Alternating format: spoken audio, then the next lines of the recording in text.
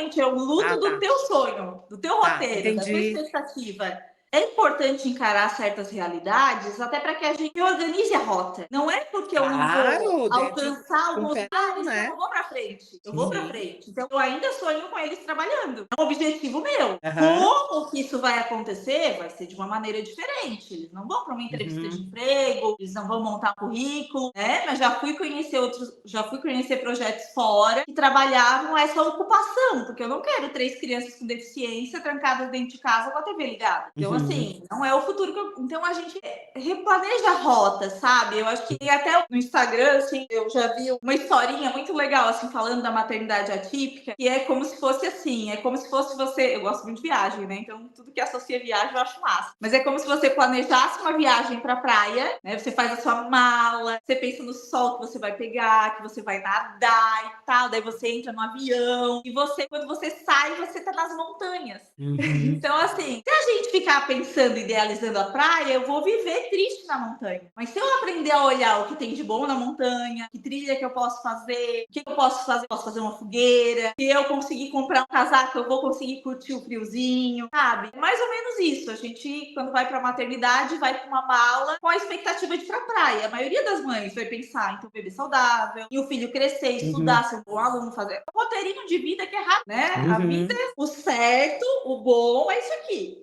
É vendido para todos nós isso. Manuela, tudo bem? Tudo, boa tarde. Eu gostaria de Tarde, saber, querida. Manuela, o que te deixa alegre, o que te deixa feliz? Ai, meu Deus, e agora? Eu sou mãe de 3, né? Então, assim, poder dormir, comer sossegada já é, assim, o auge da vida. Mas, se a gente fosse olhar um pouquinho mais alto, assim, me deixa feliz ver os meus filhos bem, ver os meus filhos saudáveis, frequentar lugares onde eles são aceitos, onde eles são acolhidos. Acho que isso é uma das maiores realizações hoje. Então, isso me diz que existem algumas coisas que as pessoas ainda não conhecem sobre ti. O que seria que as pessoas ainda não sabem sobre ti? Então, para quem não me conhece, né, eu me chamo Manuela, sou mãe de trigêmeos, eles têm 10 anos, Miguel, Benjamin e Melina, e os 3 têm diagnóstico de autismo nível 3 de suporte. Eles possuem muitas dificuldades, né, em relação à aprendizagem, comunicação, enfim. E por conta, eu já era formada em psicologia, sou formada em psicologia antes de ser mãe, mas por conta do diagnóstico deles, das necessidades, eu fui me aprofundar nessa área. Então, fui fazer pós-graduação, fui fazer alguns cursos, e nisso eu montei um projeto social, uma associação junto com outras mães. Então, sou cofundadora da Ama Sul, aqui em Tubarão. E, além disso, também possuo um consultório, possuo uma clínica que trabalha com atendimento de pessoas com autismo. Então, muitas transformações de vida depois do nascimento, do diagnóstico dos 3. Uhum. O que te dá mais energia, assim, para tu, né, tipo, fazer tudo isso? Onde tu busca forças e energia e... Então, acho que tem 2 coisas que me movem hoje, assim, que fazem com que eu levante da cama, que eu tenha forças, né, para lutar essas batalhas. Primeiro são as necessidades. Então, é uma realidade bem difícil, e não só as minhas necessidades, mas conviver e saber da necessidade de muitas outras mães. A gente acompanha casos muito difíceis e que dói muito. E além dessa necessidade, meu maior motivador é Deus, é a minha fé. Então, associando a necessidade com aquilo que eu acredito que é a Bíblia, que me dá esperança, que me diz que Deus não nos deixa desamparados, que Ele é justo, e eu creio muito nisso, assim, a fé é uma coisa que não me deixa cair hoje, assim, eu tenho dias muito difíceis, desde o diagnóstico, um pouco antes até, assim, eu luto contra a depressão, faço tratamento. Para muitas pessoas é absurdo, né? Como que uma psicóloga tem Ué, depressão? eu Fica também. doente, né? Mas Fica. infelizmente ainda tem essa mentalidade, assim. Tem. E é muito difícil. Tem dias que levantar é difícil. Mas crer que a gente não vive só pelo que a gente vê aqui, que a gente não vive só por um período, né, nessa terra, eu acredito em eternidade, enfim, me faz renovar as forças para seguir em frente, assim. E o que a Manuela de hoje diria para sobre, não para, mas sobre a Manuela de 20 anos atrás? 20 anos, nossa. Vou entregar a minha idade, né? Hoje eu Que tenho. tem, né? Não, tranquilo. Eu já tenho 37, então a Manuela de 20 anos atrás teria 17. Anos. Ai, senhor, eu acho que eu não contaria muita coisa, não, porque ela ia se assustar demais. Se eu contasse tudo que a gente vai viver, ela ia ficar apavorada. Então, mas eu diria realmente para se apegar à fé em Deus e enfrentar cada dia o seu próprio mal. Tem um versículo específico que ele fala isso. E o que aquela Manuela de 17 anos atrás fazia? Como era essa vida dela? Então, a Manuela de 17 anos atrás, ela... Tu és de Tubarão, Manuela? Sou de Tubarão. Eu estava entrando na universidade, eu me formei no ensino médio, já entrei no curso de psicologia. Eu trabalhava durante o dia numa floricultura, amava e amo até hoje flores.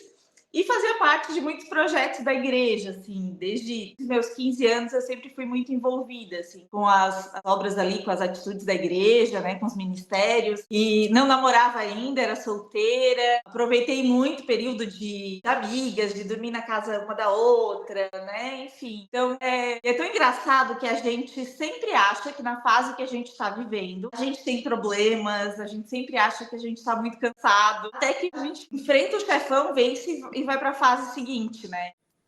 O que Manuela de hoje, diria que a Manuela de 20 anos atrás era uma Manuela sonhadora. Era uma Manuela esperançosa.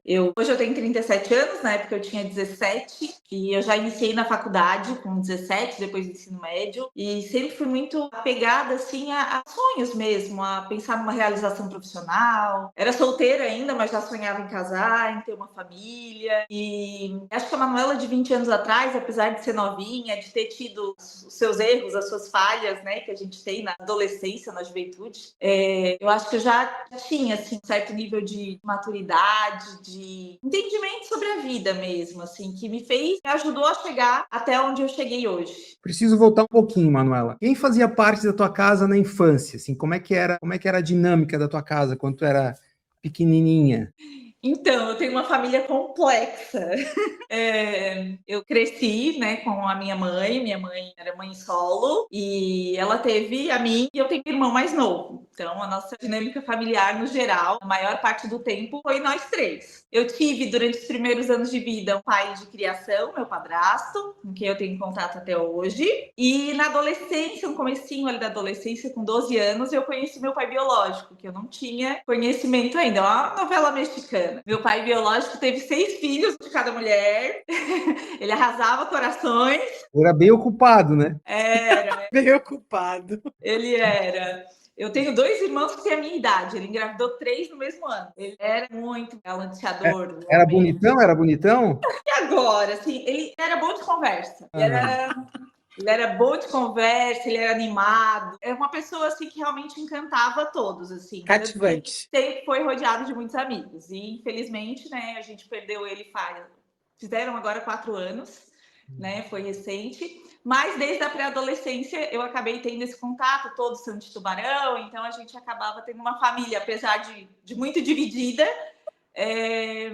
que tinha contato, que se ajudava, né? O que tu recebeu dos teus pais ou avós que tu ainda carrega? Muita coisa, assim. Acho que o principal é a questão da integridade, da honestidade. Isso sempre foi algo muito sério na minha casa, assim. E avós eu tenho muitos, né? Por conta do meu padrasto, do meu pai biológico. Então, assim, acho que principalmente das mulheres, a gente tem histórico, assim, dos homens da família, dos anteriores, assim, serem mais problemáticos, né? Era uma época que não tinha problema, né? Que era legal beber, fumar. Tanto que meus avós também, os homens partiram cedo, todos com problemas relacionados a cigarro, enfim. Enquanto isso, as mulheres sempre foram muito fortes da minha família. Então, as mulheres sempre carregaram a família e não desistiram, não desanimaram, não deixaram a peteca cair, sabe? E acho que essa força é algo que eu aprendi também com elas. Essa fé que tu falas, que tu mencionaste no início, ela fazia parte já dessa família? Como é que era a relação de carinho? Como é que era isso, assim? Então, hoje eu sou de uma religião, né? Eu sou evangélica. A minha família de base é católica. Mas apesar de católicos, né, a minha avó materna sempre foi uma pessoa muito dedicada à igreja católica, participar dos grupos. Então, assim, como a minha mãe era uma mãe solteira, ela trabalhava muito. Então, às vezes ela trabalhava no final de semana, ela trabalhava à noite. Então, muitas vezes era a minha avó que acabava ficando com a gente, assim.